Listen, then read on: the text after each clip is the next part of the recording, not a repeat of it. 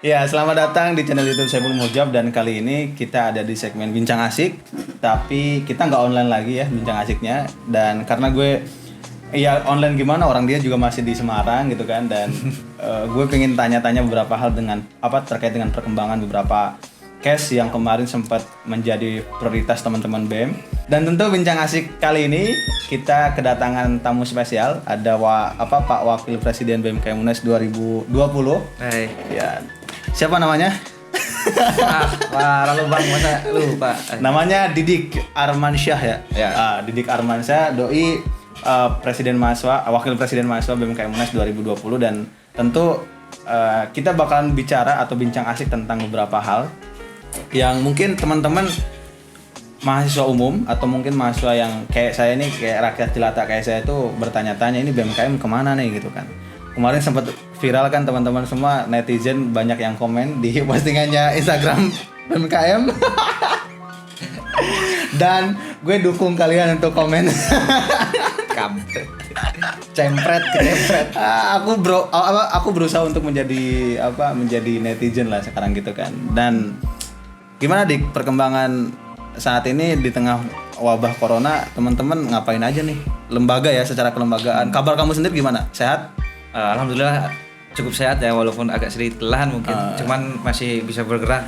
Berarti isu-isu kemarin terkena virus corona itu bohong ya? Wah, hoax parah itu. Soalnya kemarin ada salah satu birokrasi kampus yang menanyakan kan, Didik gimana mas gitu, kabarnya kena corona gitu. Buset kata aku. Emang bahaya gitu. Anjir, aku kena juga nanti kata aku. Makanya, apalagi si Fajar itu kan Presmanya itu kan sempat audiensi juga ke rektorat, dan artinya ketika gue ODP, Fajar ODP, satu rektorat juga ODP. Nah itu mungkin yang bikin gempar kan itu. Berarti birokrasi takut ODP ya? Betul. Berarti kabar sehat alhamdulillah ya, meski kelelahan Ya. karena jadi wakil presiden, tentu bebannya juga cukup banyak gitu kan. Netizen banyak yang julid. Alhamdulillah banyak.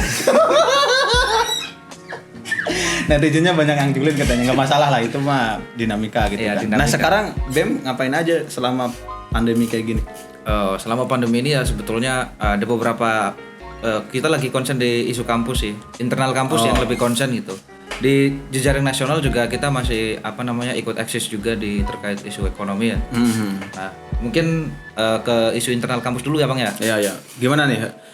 Kalau dari segi BEM-nya sendiri, teman-teman BEM selama pandemik ini kan otomatis program kerja yang tadinya mau konvensional misalkan gitu kan, akhirnya kan terhambat dong. Betul. Itu mensiasatinya sebelum nanti kita bahas tentang isu-isunya gimana?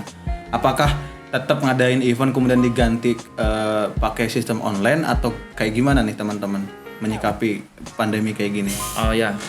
Memang agak susah ya ketika kita mencoba memaksakan di timeline yang ada. Taruhlah semisal bulan April ini harusnya ada Piala Bhinneka ataupun contohlah kayak gitu ya, ada seminar-seminar yang sifatnya konvensional, itu kan nggak bisa ya, karena memang udah WFH juga.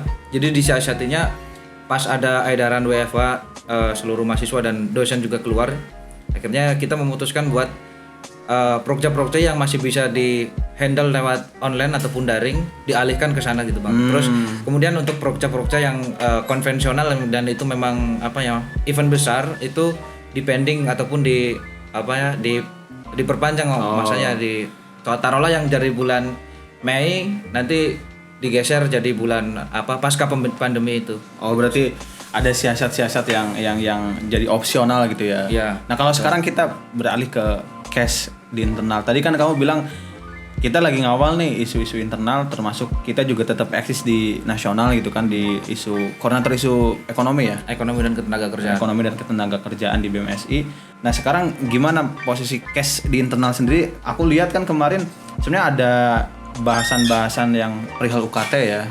Dan itu sempat viral banget kan di teman-teman. Gimana sih case-nya sekarang?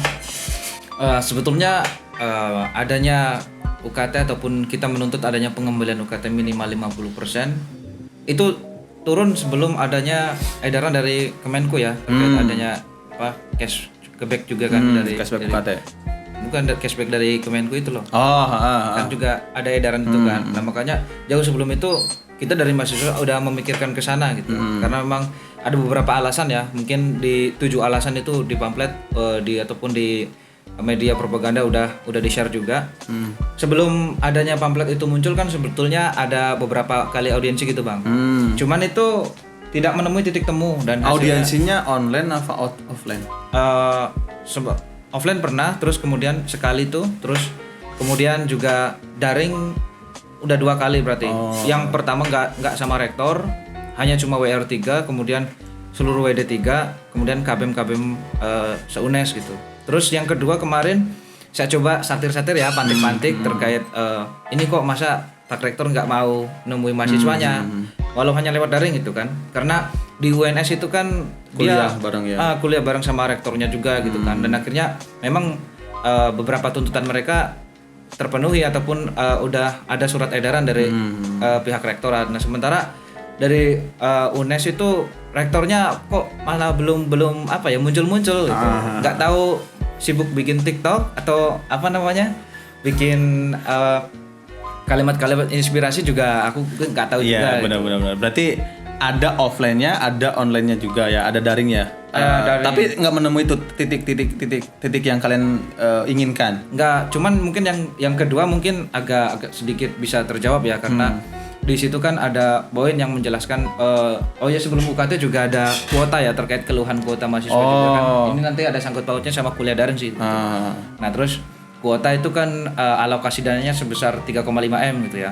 Ya Nah, benar. Itu untuk semua provider atau enggak Ya sih? itu untuk semua provider yang udah ada di Telegram gitu Bang. Jadi ketika lu udah coba masuk ke Telegram terus slash lapor HP, terus nanti ada pilihan provider, terus lu masukin nomor HP-nya, tinggal pemerintahan sedang diproses. 15 giga ya?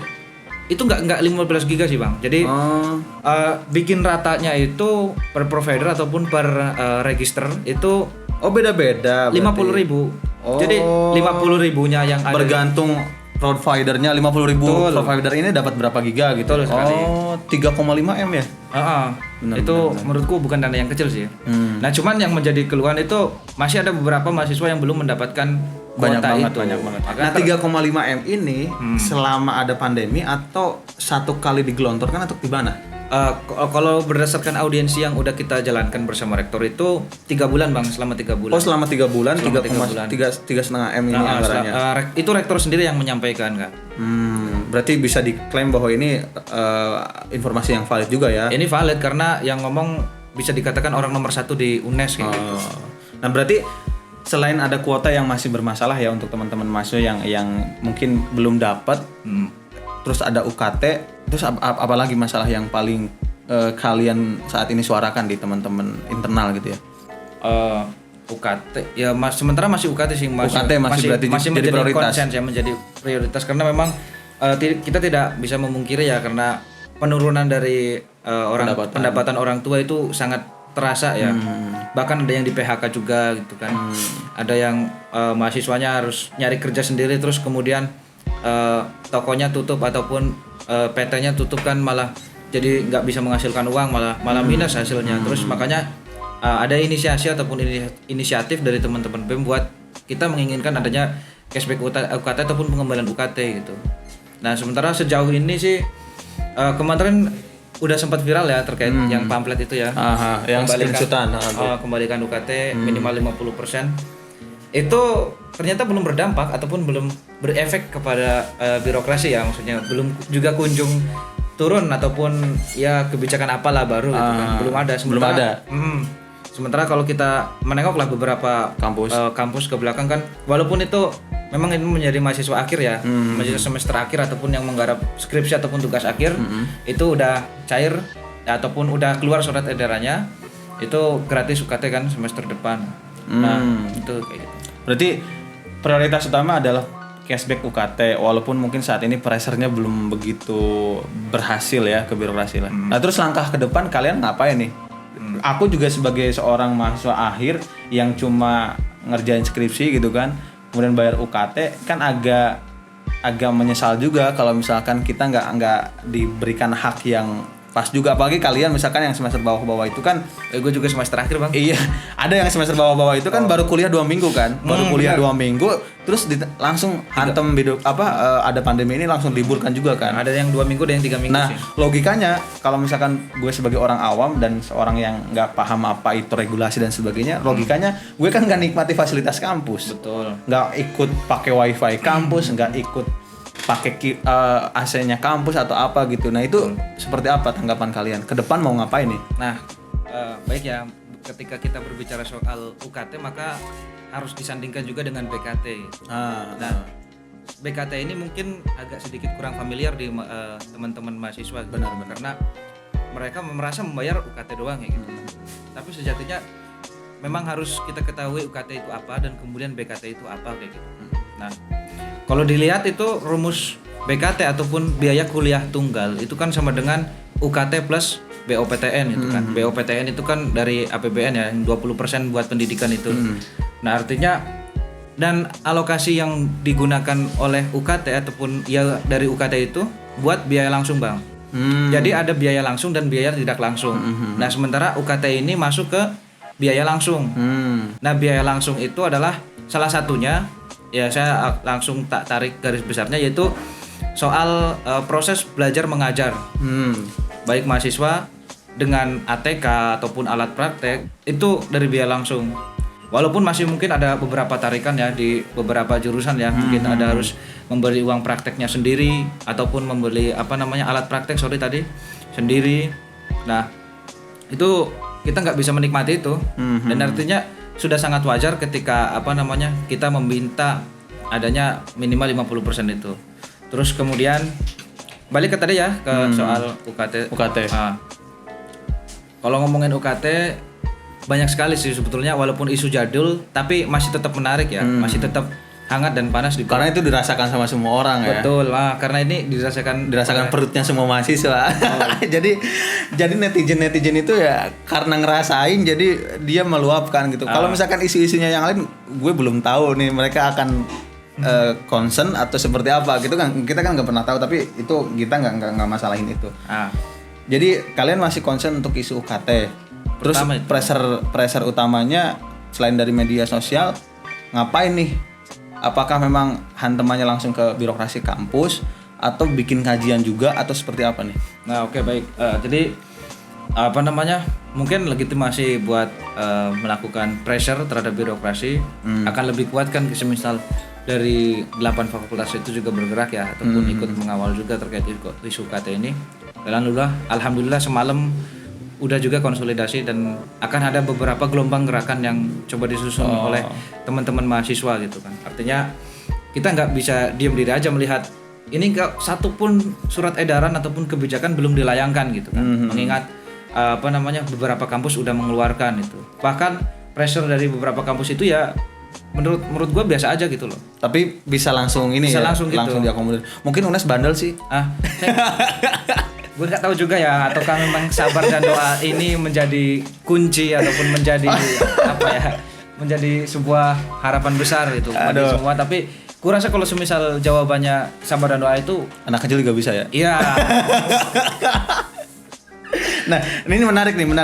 Aku coba bacain komentarnya netizen di akun IG-nya BMKM dari postingan teman-teman dari BMKM. Ini karena gue ngundangnya Wakil Presiden Mahasiswa BMKM UNES 2020, maka otomatis gue akan mengulik bagaimana permasalahan atau case yang ada di internal kampus UNES gitu. Dan dia mengakui kok ada beberapa hal yang saat ini sedang diperjuangkan dan mungkin ke depan teman-teman juga jangan cuma memandang dan menilai dari sudut pandang yang satu nih ya, karena perjuangannya panjang kan akhirnya.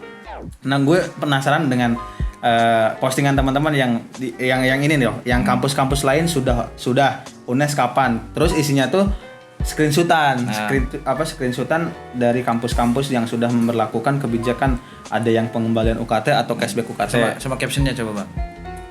Apanya? Caption di itunya. Nah, gue coba baca captionnya. Ini kan surat terbuka bukan sih? Apanya? Yang di bawah ini caption dari teman-teman. Ini yang di slide akhir itu kan surat terbuka nggak sih? Itu ajakan sih. Ajakan. Nah, yang menariknya di sini gue coba baca salah satu komentar netizen ya. Nah nih, birokrasi sudah bilang sabar dan doa. Kalau cuma disindir begitu ya mana mau didengar sih. Ya memang kalian para lembaga kemahasiswaan sudah mewakili suara kami mahasiswa, terutama saya yang mahasiswa kupu-kupu pun merasa terwakilkan. Tapi jika hanya sindiran seperti itu, apakah akan sadar? Mau apa? Tunggu hasilnya, sedang dikawal. Kepung rektorat kalau perlu, pandemi, merasa dirugikan bukan? Yang mau nyarakan offline saja belum tentu didengar. Bagaimana yang online? Minimal kumpulkan data tentang ekonomi keluarga mahasiswa yang ekonominya terhambat, sampaikan sodorkan kepada birokrasi, setidaknya bisa menjadi pertimbangan untuk birokrasi. Dari Dimas apalah ini akun IG-nya, dan gue agak menarik sih ketika bicara atau dibaca komentar ini gitu ya. Dan karena ada yang bagus juga gitu loh tentang data tentang ekonomi keluarga mahasiswa dan sebagainya. Menurut gue itu bisa jadi masukan buat teman-teman. Cuma yang gue tanyakan saat ini adalah apakah postingan ini teman-teman melalui screenshotan ini hanya sebatas sindiran atau propaganda, atau sebenarnya ada kajian juga gitu loh yang sebenarnya belum teman-teman keluarkan gitu dari BMKM. Okay. Biar teman-teman yang di bawah komentar-komentar, oh ngapain ini cuma SS doang mah, anak kecil juga bisa, bos gitu kan. Dalam gerakan seperti apa nih? Lu kan anak-anak sospol dulu kan, saat ini ada di wakil presiden. Kayak gimana penjelasan teman-teman untuk yang kayak gini nih? Sebetulnya masukannya bagus ya, terkait mungkin harus ada pendataan ataupun beberapa mahasiswa yang mengalami kesusahan juga. Itu on proses sebetulnya, on proses buat melakukan pendataan, dan memang ini menjadi menarik ya. Komenannya itu kan agak sedikit panjang, tapi menurut saya juga mengena juga gitu kan, terkait kalau screenshotan doang mah anak kecil juga bisa gitu kan. Itu kalau tadi Bang Ipul tanya pamflet itu hanya untuk agitasi, propaganda ataupun sindiran itu. Ya itu dua-duanya masuk gitu sih Bang. Karena ya betul tadi ketika dia juga berkomentar gerakan offline saja itu belum tentu ada hasil yang langsung hasil, gitu ya. Apalagi online ya. Kalau online ini yang gue masih juga menjadi tanda tanya besar juga adalah ketika online-nya mahasiswa UNES itu mentok-mentok hanya di story WA dan hanya di story Instagram gitu kan. Nggak sampai kayak Undip ya, trending topik di Twitter. Ya. Itu sebetulnya yang coba kita galang gitu sih Bang. Nah itu tuh Undip kok jahat kemarin kan. Nah itu berkaitan dengan itu pula, saya juga mengkritisi ya, mungkin ketika kita udah berani melakukan share pamflet itu ataupun nanti share propaganda, tapi itu disembunyikan dari kontak birokrasi kayak gitu. Kan itu menjadi lucu sebetulnya. Lu ngeritik siapa sebenarnya gitu ya? Nggak tahu, barangkali ada yang komen di kayak gitu juga gitu kan. Benar. Nah kalau gue sih nggak, rektor lihat story gue ya nggak apa-apa. WR1, WR2 memang itu tujuannya. Ya, kalau memang dari dosen-dosen juga ngelihat ya nggak apa-apa, dan itu komen ke gue juga nggak masalah, gue timbali balik. Malah di grup LKBSO FT itu gue juga serang, dan teman-teman yang ex dulu lah di FT itu juga melakukan berarti malah ngerosting WD3 gitu loh di FT itu. Jadi kalau menurut gue rasa itu memang udah menjadi isu yang dampaknya skala besar dan seluruh mahasiswa merasakan gitu. Jadi sebetulnya 7 alasan itu menurut gue udah mewakili. Terus mungkin oke lah, semisal butuh kajian akademik gitu kan untuk kenapa sih harus dibalikin UKT-nya gitu kan? Ya mungkin gue seolah-olah jadi birokrasi. Mana kajiannya, emang kenapa harus dibalikin UKT-nya? Kan UKT masuk gitu kan. Kuliahan juga masih pakai daring kan kalian gitu. Nah, gimana nanti tanggapannya? Misalkan gue birokrasi nih. Ya kalau menurut gue sendiri, lihat lapangan juga udah animonya udah besar gitu loh. Terbukti dengan pamflet itu udah cukup viral juga di sosial media, walaupun tujuan gue sebetulnya viral juga di Twitter ya. Twitter. Nah nanti juga akan ada gerakan media lagi, dan nanti goal-goalnya juga mau ke Twitter, dan gue himbau kepada seluruh teman-teman mahasiswa buat melakukan propaganda juga, tidak hanya di seluruh sosial media lah. Kalau mungkin yang belum punya Twitter, install dulu Twitternya gitu, karena itu yang paling efek. Terus kalau soal berkaitan dengan kajian, sebetulnya masih on proses gitu, karena gua rasa bikin kajian akademik yang berkaitan dengan UKT, apalagi status UNES yang masih PTN BLU, yang itu masih dijadikan tameng dari birokrasi. Ketika kita beberapa kali audiensi, UNES masih PTN BLU, kita tidak bisa mengeluarkan kebijakan pengembalian UKT. Buktinya masih PTN BLU tapi ada SPI. Nah, SPI kan buat PTN BH, bukan iya nggak sih? Nah, kalau menurut gue logikanya di sana sih. Jadi masih ada mungkin kalau kata anak-anak hukum diskresi gitu ya terkait SPI itu kan narasinya boleh diambil atau kebijakan itu boleh diambil sama universitas atau enggak gitu kan. Berarti secara nggak langsung birokrasi atau kampus sendiri menerapkan standar ganda dong dalam sebuah regulasi. Betul. Jadi yang ini boleh, yang ini enggak gitu. Nah itu makanya dan gue juga udah coba tepis ya stigma itu bahwasannya PTN BLU itu tidak bisa mengeluarkan kebijakan. Ya dengan tadi gue udah paparkan juga sebetulnya kalau kita melihat rumus UKT sama dengan BKT minus BOPTN. Artinya ketika kita ngomongin UKT harusnya uang kuliah kita itu nggak tinggi-tinggi amat. Karena udah ada biaya operasional perguruan tinggi dari negara ya. Betul. Dari pajak. Terus soal kajian akademik. Tadi gue udah singgung ya, mungkin sebetulnya nggak terlalu penting ya buat mahasiswa memang karena itu kan udah isu bersama gitu. Tanpa adanya kajian akademik pun gue rasa teman-teman mahasiswa udah pada paham loh. Ini memang harus kita dapatkan benar. kan. Cuman kalau semisal dari teman-teman netizen itu ya meminta mana ini kajiannya atau mungkin netizen ini juga bagian dari birokrasi. Gue nggak tahu. Gue nggak tahu sih Bang. Mungkin mereka berperan sebagai birokrasi kan mana kajiannya gitu kan. Gue nggak tahu juga kan. Tapi it's okay gitu kan. Masih on proses. Mudah-mudahan hari Senin kalau nggak hari Selasa kita udah bisa publish kajiannya gitu kan. Siap. Kajian akademik terkait pengambilan UKT itu. Kalau semisal nanti masih ada yang nanyain kajian-kajian itu sih udah. Kalau menurut gue udah clear lah. Berarti ini teman-teman semua dari Wakil Presiden sendiri, dari Wapres Bima Kemunes juga sebenarnya kajian akademik kalau misalkan imbasnya dirasakan sama semua orang dan kampus-kampus yang lain pun menerapkan itu tanpa kajian akademik. Menurut gue sih udah relate banget ya. Perlu kita tagih apa yang perlu kita dapatkan dari kampus itu. Nah, beralih ke kalau masalah UKT, oke lah mungkin teman-teman sedang berjuang dan gue juga mendorong cashback UKT atau pengembalian UKT gitu kan. Satu lagi Bang, mungkin nanti bakal ada seruan WA serentak gitu kan. Gue mohon bantuannya, jadi tidak hanya sekedar dari orang-orang yang ada di kelembagaan juga, tapi seluruh mahasiswa gue himbau sih buat ikut menyuarakan apa yang harusnya kita dapatkan gitu sih. Berarti ada seruan WA serentak gitu. Nanti kita masih on proses siap. Masih tunggu gelombang-gelombang gerakan dari mahasiswa. Walaupun mungkin netizen udah geram juga ya hasilnya mana nih gitu kan, tapi ya namanya perjuangan gitu kan, selalu bersambung kan. Nah kalau kita bicara tentang UKT, oke lah sekarang masih diperjuangin sama teman-teman BEM atau teman-teman secara kelembagaan maupun secara personal gue yakin. Nah sekarang kalau misalkan maba itu ada masalah apa sih sama maba? Kalau maba sih Bang, sementara kan yang udah masuk verif kan SN ya. Yang SN itu udah ya? Jadi kemarin menerima berapa ribu UNES yang SN tuh? Gue nggak terlalu paham detailnya sih, cuman dari grafiknya itu naik loh. Gitu? Gue nggak tahu ya kenapa alasan di tengah carut marutnya UNES yang dengan berbagai permasalahan, tapi kok malah grafiknya naik gitu loh dari tahun-tahun sebelumnya. Yang SNPTN ini. SNPTN ini. Bahkan ada beberapa link berita juga yang memberitakan. Gue nggak tahu juga alasannya kenapa. Mungkin karena terlalu diseret ya. Tuh. Nah terus kalau di masalah maba itu ada permasalahan sih Bang. Yang pertama mungkin ada yang mahasiswa sekarang kan namanya KIP ya. KIP. Kartu Indonesia Pintar. Itu kan dulu bidik misi ya.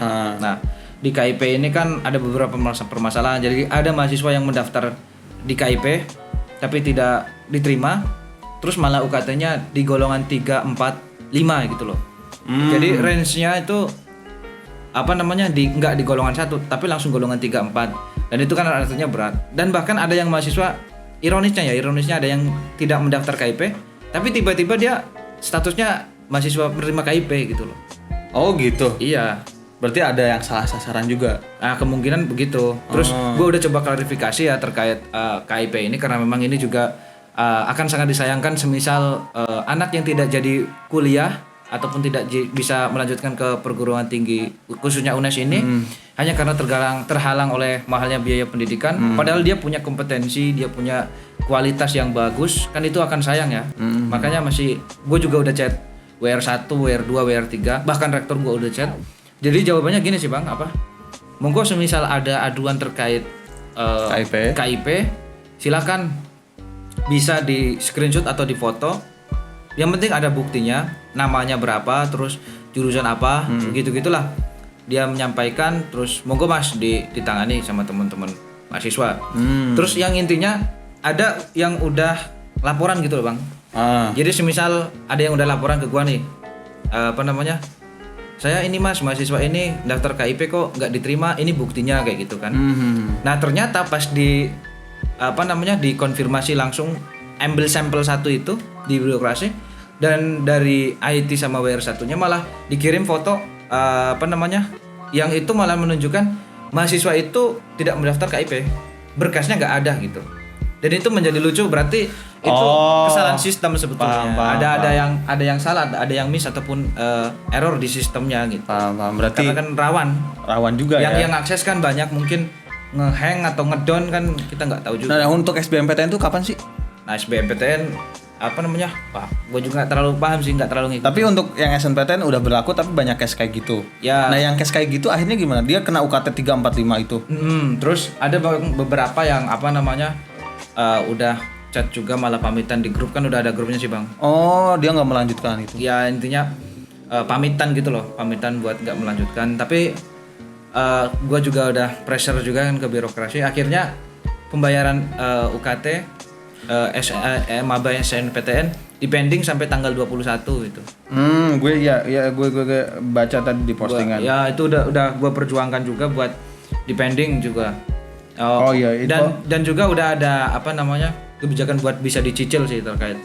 Ini udah banyak banget yang like-nya juga. Jadi untuk teman-teman calon mahasiswa baru jalur SNPTN ada info perpanjangan pembayaran UKT ya. Jadi sampai tanggal berapa ini? Sampai 21 Mei 2020. Jadi buat teman-teman ini mungkin salah satu opsional ketika teman-teman mungkin agak kacau juga dengan tambahan biaya yang cukup panjang, cukup banyak juga gitu. Jadi masalahnya kayak gitu ya.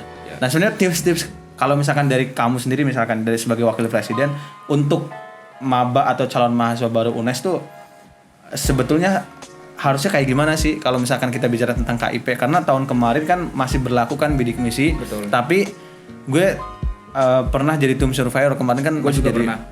Dan kalau misalkan calon mahasiswa itu punya KIP otomatis lolos bidik misi gitu kan. Nah seharusnya kayak gimana sih untuk regulasi pendaftaran atau seperti apa? Apakah memang harus dapat dulu KIP atau seperti apa gitu? Iya memang kayak gitu sih. Harus dapat dulu KIP gitu ya ketika lu mau dapat beasiswa itu gitu. Iya. Oh berarti memang untuk teman-teman mungkin yang kurang mampu atau yang seperti apa gitu ya. Nah itu yang lemahnya kan di situ gitu loh. Beda dengan bidik misi kan masih bisa mengajukan SKTM ataupun surat keterangan tidak mampu dari desa ataupun kelurahan. Terus kemudian dibuktikan dengan beberapa dokumen seperti listrik, tanah, sertifikat gitu-gitu. Jadi itu ya untuk masalah yang maba, oke lah, mungkin gue udah cukup paham juga. Buat teman-teman semoga tambah paham juga sih. Nah kalau misalkan kita bicara tadi tentang bicara tentang cash kuota, kemudian masa UKT, kemudian ada calon mahasiswa baru, ini kan sebetulnya hal seperti ini berkaitan sekarang informasinya masif di media sosial kan, atau daring lah. Nah sebenarnya lu sendiri melihat kuliah daring ini, misalkan kita korelasikan dengan kuliah daring ya, efektif nggak sih di UNES sendiri? Kalau menurut gue tuh belum efektif Bang. Belum efektif ya? Belum efektif, tapi memang itu gak ada solusi lain. Berarti itu adalah solusi yang bisa kita lakuin gitu ya? Hanya itu yang bisa diambil. Kritik utama lu terhadap kuliah daring apa? Kuliah daring itu bukan tugas daring. Jadi itu yang kurasa itu juga memberatkan bagi teman-teman ya. Karena banyak sekali semisal pertemuan ini, modul ini, tugas, deadline waktu sekian gitu kan. Nah, itu malah menjadi beban-beban itu. Belum dengan matkul-matkul yang lain, gua rasa nggak jauh beda gitu. Berarti kuliah daring itu seolah-olah sekarang digambarkan dengan tugas daringnya. Betul, tugas daring. Ya kemarin gue pernah nge-live sama anak FIK kalau nggak salah, katanya dia udah 100-an lebih tugas daring. Nah itu makanya. Buset kata gue gitu kan. Dan ini menurut gua sangat tidak efektif bagi mahasiswa yang mengambil matkul praktek. Jadi mereka nggak bisa praktek. Taruhlah di jurusan mesin ya, ataupun di fakultas teknik yang boga, kemudian yang elektro, kemudian yang yang ada prakteknya lah. Di FIK juga ada, FMIPA juga ada. Terus beberapa mungkin teman-teman yang lain juga ada, FBS juga ada prakteknya gitu kan. Itu menjadi sangat hal yang kerugian gitu loh. Jadi semisal praktek itu menjadi kompetensi ataupun menjadi keahlian kita nantinya sebagai taruhlah sebagai sarjana di teknik ya, itu malah kita tidak bisa mendapatkannya secara maksimal, bahkan sama sekali blast nggak ada. Kayak gue nih, gue masih ada matkul memang itu semester 8 harus diambil gitu kan. Gue baru ambil semester 8 ini ada matkul yang namanya pengecatan body. Jadi pengecatan body itu bayangkan aja bro, Lu teknik apa sih? Teknik apa? Gue teknik mesin. Teknik mesin. Terus semisal pengecatan body itu kan harusnya praktek. Bagaimana kita mengatur campuran, terus jarak diatur, terus ngamplasnya kayak gimana, dempulnya kayak gimana, teknik mendempul, kemudian ngetoknya kayak gimana, kan ada ketok magic juga ya. Nah itu menjadi sangat terhambat ya. Itu bahkan menjadi salah satu kompetensi yang ingin gua kuasai juga. Walaupun dulu di PKL ya pernah ya, nilainya gua pas itu SMK juga ada PKL, kemarin kuliah juga ada PKL, jadi udah pernah. Jadi akan kasihan semisal yang belum gitu loh. Karena sangat merugikan. Terus dari teman-teman mahasiswa FIK mungkin ya, bayangkan aja Bang semisal harus renang online gitu kan. atau nanti malah PPAK online. Itu gue juga masih belum tahu. Nanti mungkin bisa kita singgung juga ya terkait PPAK. Nah, boleh. Berarti sangat nggak efektif lah ya. Kuliah daring. Bahkan gue sangat miris ketika mendengar kabar ataupun membaca berita ada mahasiswa yang meninggal gitu loh. Oh iya, benar. Itu Dia mencari sinyal ya. Betul. Benar. Wah, itu miris banget sih, Bos. Itu miris banget. Gila itu. Makanya gue melihat ada kayak klasterisasi yang cukup signifikan antara si kaya, mohon maaf, dengan yang kurang mampu gitu dalam hal misalkan akses atau seperti apa. Nah ini menurut gue semakin mempertunjukkan kesenjangan sosial kita dalam pendidikan gitu ya, kan. Betul. Apalagi tadi gue udah sampaikan ya, kuliah online bukan tugas online. Sedangkan kuliah online saja mungkin di teman-teman mohon maaf yang ada di pelosok-pelosok itu akan kesusahan ya. Kita aja mungkin masih untung karena masih di pusat kota ya. Ini kita masih berbicara di Jawa Tengah ya, masih berbicara di UNES ya. Belum mohon maaf di luar Jawa itu seperti apa gitu kan efeknya. Bahkan di Jawa aja kayak gini, maksudnya banyak tempat-tempat yang nggak ada sinyal dan sebagainya kan. Jadi mungkin belum efektif lah ya. Ini juga menjadi kritik juga buat para Bapak Ibu dosen ya, agar seenggaknya mengerti dengan kondisi mahasiswa di rumah itu. Kita tidak hanya mungkin satu matkul saja ya, tapi banyak matkul juga, bukan tugas online Bapak ataupun Ibu gitu kan. Saya tegaskan. Berarti kritikan terpedas lu adalah jangan sampai kuliah online ini jadi ceruk untuk kita beralih ke tugas online yang memberatkan juga akhirnya kan ya. Betul. Nah kalau misalkan ini mungkin pertanyaan cukup ini juga ya. Mungkin gue ingin mengulik aja karena kemarin kan gue sempat bincang asik sama Fajar sebagai presiden mahasiswanya tentang isu plagiasi juga kan. Ini spesifik aja isu plagiasi gitu. Karena netizen ini juga mempertanyakan gitu kan. Kemarin katanya kabarnya paling lambat April gitu kan. Udah ada keputusan. Sementara ini udah bulan Mei juga gitu. Udah pertengahan Mei juga. Nah, sebenarnya isu plagiasi di tengah isu-isu yang internal yang lain. Tadi UKT, kemudian ada maba, ada kuliah daring. Kita ada tadi bahas tentang kuota gitu kan yang belum tersampaikan ke mahasiswa semuanya gitu. Isu plagiasi ini seperti apa sekarang kalian kawal? Atau udah ada keputusan atau ya udahlah gitu angin lalu atau gimana sih sebenarnya? Oke, baik netizen. Masuk ke lu ya. Gue netizen di sini, gue netizen. Baik, kalau ngomongin soal isu plagiasi ini menjadi sangat sensi ya, sangat rawan ataupun bahkan dari beberapa birokrasi itu. Bahkan gue udah sempat disidang ya sama rawan bos, nanti gue dipanggil lagi. Sama seluruh WD3 ya, gue udah sama Fajar pernah disidang ya sama seluruh WD3 se-UNES ya, berarti 8 ya, plus WR3 sama staf rektor gitu kan, terkait isu plagiasi ini. Bahkan rumah gue juga didatangi WD3. Spesial sekali Anda. Ya perjalanan 8 jam lah itu kan, sangat niat ya, niat. Mungkin ngintimidasi gue ataupun melakukan represi ke gue udah nggak mempan gitu kan. Mungkin bisa dilakukan dengan orang tua, pendekatan orang tua. Nah itu makanya gue agak sedikit hati-hati juga untuk meluapkan ke publik gitu. Cuman semisal kalau ada yang mau tanya ataupun mau kayak gimana ya oke, gue jawab sebisa gue gitu kan, ataupun setahu gue. Cuman perlu gue klarifikasi, narasi yang dibawa oleh teman-teman BMKM ini adalah kita netral ataupun kita hanya ingin menuntut kepastian gitu. Bayangkan kebenaran aja juga ya. Menuntut kebenaran. Bayangkan aja ketika tahun 2019 kebetulan gue juga di BEM ya, bareng lu ya. beberapa kali. Dia menteri gue pas di PPKM 2019.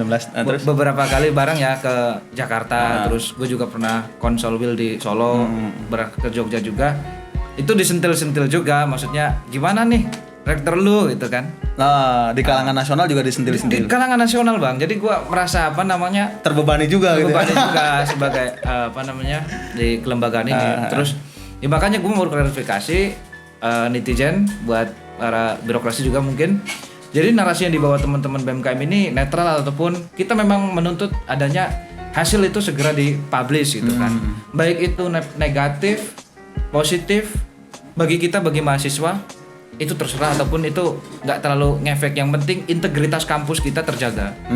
Dan artinya ketika memang itu hasilnya negatif, maka kita menuntut apa namanya pembersihan nama baik gitu loh. Jadi nama UNES mungkin udah tercemar ataupun udah buruk lah terkait isu plagiasi ini, kita juga menuntut adanya pengembalian nama baik yang mungkin itu agak susah dilakukan ya. Iya, Karena memulihkan nama baik itu tidak segampang membalikan telapak tangan gitu. Atau memperburuk keadaan nggak sebanding dengan memperbaiki keadaan gitu ya. Iya. Jauh lebih sulit memperbaiki keadaan gitu. Terus kalau misalkan netizen mungkin kan mempertanyakan hasilnya gimana gitu. Nah, sekarang perkembangannya sejauh mana sih, Bro? Kalau perkembangan sih gini sih Bang, apa namanya? Kemarin memang kita dari BMKM dan beberapa teman BEM fakultas ada semua perwakilannya udah ke Jogja, udah ke ombudsman-nya, terus kemudian udah ke Balairung ya ataupun markasnya rektor di sana, dibantu oleh teman-teman BEM KM UGM juga. Yang di sana intinya hasilnya adalah apa namanya akan dipublish ketika ada 1 April. Ketika 1 April. Ketika DKU itu sebetulnya udah nyampai di rektor, cuman rektor masih sama tim hukumnya masih mencoba apa namanya mengulik-ulik lah ataupun mengkaji itu kan. Karena ini akan menjadi rawan, ini akan menjadi sensitif banget ya. Sensitif banget. Jadi semisal ada apa namanya ada kesalahan dalam mempublikasi itu bukan hanya nama UNES yang buruk, tapi nama UGM juga. Karena ini dua lembaga. Dua lembaga dan notabene UGM ini adalah kampus ternama di Indonesia. Dan ditambah isu plagiasi ini menyangkut orang nomor 1 di kampus UNES. Nah, terus akhirnya sekarang posisi kalian ikuti perkembangan sejauh mana gitu ya kan? Atau kalian tetap menyuarakan isu ini gitu? ya sebetulnya isu ini memang jadi penting juga ya. Cuman tadi gua juga udah bilang ya, sementara prioritas dari teman-teman BEM adalah soal UKT gitu kan. Nah, cuman nggak apa-apa semisal kita nyerempet-nyerempet bahas isu ini ya, isu plagiasi. Karena ini penting banget sih menurut gue sih. Ya ini penting juga integritas perkembangannya kan sejauh mana gue pengen tahu nih sebagai seorang netizen gitu kan. Tapi bukan dari kita ingin apa namanya rektor turun atau rektor jatuh, enggak gitu. Kita ingin meletakkan posisi di mana kalau salah kalau benar gitu kan. Betul. Mungkin apa namanya rektor UGM ataupun Prof Panut ya, saya juga udah beberapa kali WA-an sama beliau dan alhamdulillah direspon juga gitu kan. Jadi memang pas hasil audiensi itu bukan audiensi ya, mungkin diskusi lah di ruang rektor UGM. Itu memang betul beliau menyampaikan publikasi 1 April gitu kan. Dan memang ketika apa namanya Hamin 1 April lah saya udah coba pantik. Terus di 1 Aprilnya juga udah gue baca juga rektornya memang ketika membahas hal yang normatif beliau masih jawab, masih mau jawab, masih mau apa balas ya mau balas sebagai sebagai pimpinan gitu kan ataupun public figure. Nah tapi ketika gue soal singgung plagiasi gitu kan sensitif itu ya, sensitif makanya nggak di-read bahkan gitu kan. Yang awalnya kita chattingan lancar di-read, nggak di-read. Tapi kalau gue analisis sih kayak gini sih mungkin Bang, mungkin kan sekarang corona ya ataupun ada WFH itu kan, jadi mungkin di UGM itu sendiri mengalami hambatan gitu loh. Di UGM sendiri itu masih mengalami hambatan buat publikasi media secara apa namanya, secara publish dan secara resmi gitu loh. Kalau mungkin apa namanya kabar-kabar burung, kabar-kabar apa namanya dari media itu kan memang sifatnya belum kuat ya. Atau mungkin udah ada surat apa dari UGM ataupun dari DKO ataupun dari kayak gimana, gue juga nggak paham ya, gue nggak paham di sini. Cuman yang jelas masih menunggu apa namanya publikasi resmi dari UGM. Berikut apa namanya lampiran bukti kalau semisal itu positif ada lampirannya, kalau semisal itu negatif juga ada lampirannya. Jadi itu sih Bang, jadi kita juga nggak mau gegabah ataupun menerka-nerka ini loh hasilnya kayak gini, ini hasilnya kayak gini. Enggak. Berarti clear ya, maksudnya kita masih menunggu sejauh mana perkembangan pasti, karena memang mungkin karena ini WFH juga gitu kan, kondisi kayak gini mungkin agak kurang maksimal juga gitu ya. Ya, apalagi kemarin kan kalau nggak salah gue dengar berita duka sih dari mantan WR3-nya UGM meninggal ya. Oh iya. Ya, mungkin itu juga menjadi hambatan juga gitu. Nah, kalau misalkan isu plagiasi ini juga masih berkembang gitu kan, gue ingin penasaran juga nih, kemarin sempat viral yang masalah Pak Cip, dosen yang diberhentikan atau dibebas tugaskan sementara. Sekarang perkembangannya gimana, Bre? Sementara gini sih Bang, apa namanya, berkaitan dengan SK skorsing ya, yang diberikan oleh rektor ya. Itu memang dari BMKM kan udah sempat bikin acara ya, debat akademik, terus kemudian ada juga beberapa alasan yang membuktikan bahwa SK itu cacat ya, mungkin kajian akademik juga udah gitu. Terus juga apa namanya, perkembangannya sejauh mana itu apa namanya, ini sebetulnya kalau gua apa namanya, gua telaah itu udah hampir 3 bulan sih Bang. Jadi 3 bulan kalau semisal apa namanya, yang di media-media itu kan menyebutkan tidak boleh menggunakan atribut UNES kayak gitu kan. Nah itu artinya ya nonaktif, benar-benar nonaktif. Jadi dia cuma dapat gaji itu, dapat honor itu dari gaji dia PNS doang ataupun ASN gitu. Jadi dia mengalami beberapa kerugian. Terus kemudian yang gue denger info sih nggak tahu ya maksudnya ini valid atau enggak, tapi kayaknya valid sih infonya. Mau maju di PTUN ataupun Petun gitu. Berarti mau ngajuin gugatan gitu. Gugatan Ya di Petun ya. Berarti sejauh ini informasinya seperti itu ya. Mau mengajukan Petun, tetap berarti ada usaha untuk menagih kembali hak-hak beliau juga gitu ya. Betul. Dan gue juga mendorong ini supaya cepat clear juga lah masalah Pak Cip ini, karena efeknya banyak juga ya ternyata ya. Karena apa namanya kasihan mahasiswa yang dibimbing sama dia loh skripsinya gitu. Jadi benar-benar itu juga salah satu jadi mati gitu. Jadi apalagi nanti semester depan harus masih bayar kuliah kan, itu malah udah kita nggak ngapa-ngapain terus semester depan harus bayar kan, menjadi kerugian yang besar bagi mahasiswa. Oke, ini kayaknya udah banyak banget hal-hal atau obrolan-obrolan kita tentang case yang ada di internal kampus UNES bersama Wakil Presiden BMKM UNES 2020.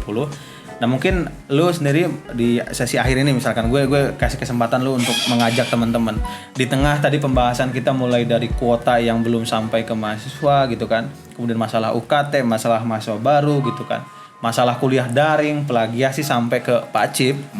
Di tengah permasalahan ini lu mau menyampaikan apa ke teman-teman secara lebih luas ya? Apalagi lu kan sebagai wakil presiden nih. Kalau masalah internal organisasi sendiri lu pikirin sendiri deh. Lu mau seperti apa, silakan, gue kasih kesempatan buat closing statement juga. Jadi buat teman-temanku semua, buat saudara-saudaraku semua, mahasiswa UNES pada umumnya ya, berbagai fakultas dan berbagai jurusan juga, mari kita apa namanya kawal bersama gitu kan. Tidak hanya dari lembaga saja ataupun dari mahasiswa yang di eksekutif saja gitu kan, tapi dari seluruh mahasiswa untuk bergerak. Karena ini menjadi apa namanya keinginan kita bersama gitu kan, berkait soal UKT, kemudian apa namanya maba juga, karena kita juga butuh penerus ya. Karena nggak tahu nih habis ini konten disebar, gue dapat panggilan lagi ataupun dapat SK 1, 2, 3, gue juga nggak tahu. Gue juga nggak tahu. Terus nah artinya apa namanya saya menghimbau kepada seluruh teman-teman mahasiswa untuk kita senantiasa selalu berpikir kritis dan apa namanya mengungkapkan apa yang memang kita rasakan di lapangan, entah itu ke siapapun gitu kan, ke dosen ataupun ke pejabat fakultas. Pejabat dalam konteks ini adalah semacam dekan, WD1, WD2, WD3 gitu kan, ataupun birokrasi fakultas. Nggak memungkiri juga buat teman-teman juga melakukan aduan-aduan itu juga langsung ke pejabat birokrasi UNIF ya. WR1, 2, 3, 4 bahkan yang baru itu yang masih PLT itu ya. Rektornya juga sekalian juga nggak masalah gitu kan. Untuk apa namanya selalu memberikan ini loh Pak di lapangan kayak gini, ini loh Pak di lapangan. Itu mungkin apa namanya membuat gerakan yang kita inginkan semakin kuat gitu loh. Karena mungkin selama ini dari birokrasi memandang ini paling cuma teman-teman BEM doang yang ini kan. Padahal ini udah menjadi keresahan kita bersama gitu kan. Enggak cuma dari keresahan teman-teman BEM doang itu. Dari beberapa bincang-bincang kita juga itu, gue rasa itu memang perlu bantuan dari teman-teman semua, tidak hanya dari teman-teman yang ada di LK doang gitu. Berkomentar bebas gitu kan. Berjulit bebas. Tapi santun dan sopan berbahasa anakku gitu kan. Itu kalau dari dari papah mahasiswa UNES gitu kan bilang kayak gitu kan. Tapi kalau gue sendiri orangnya nggak menolak kritik ya. Kritik itu ya untuk membangun kita menjadi jauh lebih baik lagi, untuk untuk kita berintrospeksi lebih maju lagi dalam melakukan hal-hal entah itu yang berkaitan dengan pengawalan isu ataupun hal-hal yang berkaitan dengan gue personal sendiri gitu bang. Jadi nggak masalah, gue malah berterima kasih dengan adanya netizen ini, media BMKM jadi lebih hidup, media BMKM juga jadi ter-up gitu. Orang-orang makin penasaran ada masalah apa sih? Gitu kan? Ada masalah apa? Terus gue mau klarifikasi soal masalah yang nggak perlu dibahas ataupun masalah yang nggak urgent itu nggak usah terlalu dibesar-besarkan karena kepentingan kita itu sama sebetulnya. Kepentingan kita tuh sama, yaitu apa? Ya mungkin di konteks ini adalah kita menuntut adanya pengembalian UKT, terus semester depan buat mahasiswa akhir juga gratis gitu kan. Amin. Nah artinya apa? Hal-hal yang notabene itu malah memecah belah gerakan mahasiswa, itu menurut gue coba dihindari gitu. Artinya apa? Kalau kita kepentingannya sama, kesejahteraan mahasiswa, ya mari kita gerak bareng gitu loh. Tidak menjatuhkan sama lain, tidak tidak mengecilkan gerakan ataupun apa kayak gitu kan. Enggak. Tadi gue udah klarifikasi, gue orangnya tidak anti kritik. Jadi silakan aja mau kritik seperti apa juga monggo gitu kan. Karena itu akan jauh lebih membangun. Itu teman-teman semua bincang asik gue sama Didik sebagai Wakil Presiden BMKM UNES 2020. Tadi lewat apa yang kita bahas dari mungkin ada 6 poin yang kita permasalahkan atau kita menjadikan itu sebagai case utama kita di kampus UNES. Semoga ajakan Didik sebagai seorang wakil presiden yang mungkin secara keterwakilan dia ada di lembaga, tapi secara regulasi sebetulnya ini kesadaran untuk semua orang gitu kan. Betul. Semua mahasiswa UNES yang notabene ada 33 ribuan mahasiswa, 35.000 mahasiswa. Ya kalau misalkan bicara tentang keresahan, gue yakin ini yang tadi kita bahas adalah keresahan bersama tanpa tersekat siapapun dan kepentingan apapun yang ada di belakang itu semua. Ayo dong kita sama-sama sadar bahwa kita ada masalah yang cukup serius yang sebetulnya ini kita tuntut nih hak-hak kita. Jadi biarkan teman-teman semua yang menyimpulkan, yang menonton video ini. Dan gue berterima kasih banyak buat Didik, terus berjuang, terus bergerak karena gue yakin tentu tantangan pasti makin banyak, pohonnya makin tinggi berarti anginnya juga makin kencang gitu kan. Jadi gue yakin lo bisa menghadapi ini, dan gue sebagai mahasiswa yang rakyat jelata ini gitu ya, gue berharap sama kalian-kalian yang ada di lembaga ini menyuarakan lah apa yang menjadi keresahan kita semua. Mungkin itu aja teman-teman semua. Terima kasih banyak sudah menonton video atau bincang asik kita kali ini bersama Wakil Presiden BMKM UNES 2020. Semoga apapun yang kita sampaikan bisa menjadi pencerdasan untuk kita sama-sama mengambil kesimpulan. Silakan teman-teman yang menyimpulkan sendiri. Itu aja. Mohon maaf kalau misalkan ada kalimat-kalimat kita yang ternyata benar tapi terungkap. Terutama untuk birokrasi kampus, gue minta maaf, minal aidin wal faizin gitu ya. Kalau misalkan salah, birokrasi kampus tolong segera sadar dan minta maaf ke mahasiswanya. Terima kasih banyak. Makasih banyak ya Dik. Ya, siap. Assalamualaikum warahmatullahi wabarakatuh. Waalaikumsalam warahmatullahi wabarakatuh.